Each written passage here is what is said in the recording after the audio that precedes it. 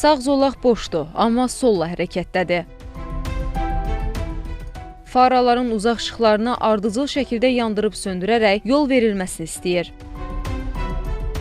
Digəri isə ara məsafəsi saxlamır. Bu qayda pozuntuları Nəqliyyatı İntellektual İdarəetmə Mərkəzinin kameraları vasitəsilə qeyd alınıb. Qurumdan bildirilib ki, belə hallar qəza şəraiti yaradır. Paytaxt yollarında sağ zolaq boş olduğu halda sol zolaqda hərəkət edən bir çox sürücülərə rast gəlinir.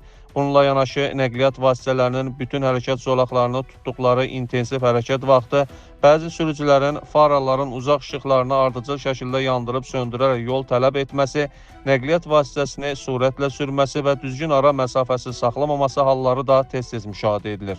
Belə hallar daha çox paytaxtın 3 və daha çox hərəkət zolağı olan Aeroport şosesi, Heydər Əliyev, Ziya Bünyadov prospektləri, Bakı-Sumqayıt şosesi və digər əsas yollarında olur.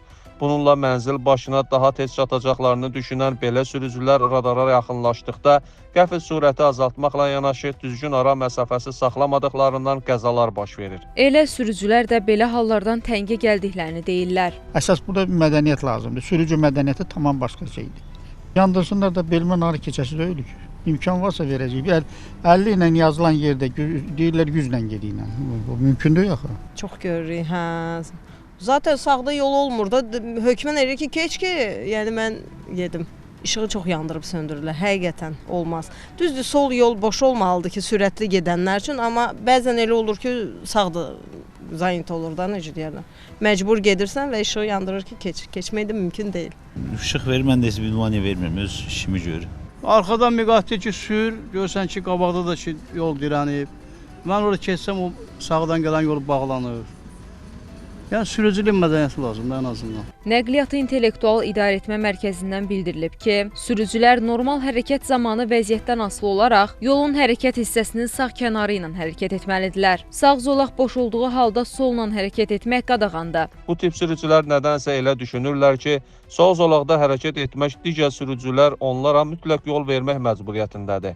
Lakin qanunda qeyd olunub ki, yalnız operativ nəqliyyat vasitələri üstün keçid hüququna malikdir və onlar yaxınlaşdığı zaman zolağın boşaldılması tələb olunur. Hətta bu nəqliyyat vasitələri üstün hərəkət rejimindən istifadə edərkən xüsusi işıq və sərf siqnallarını qoşmalıdırlar. Digər sürücülərin isə belə bir üstünlük hüququ yoxdur. Nəqliyyatı İntellektual İdarəetmə Mərkəzi sürücüləri yollarda hərəkət edərkən sağ zolaqlara üstünlük vermələrini, zəruri hallar üçün sol zolaqları boş saxlamalarını tövsiyə edir. Fidan Əsədli, Cəfər Qasımov, Xəzər xəbər.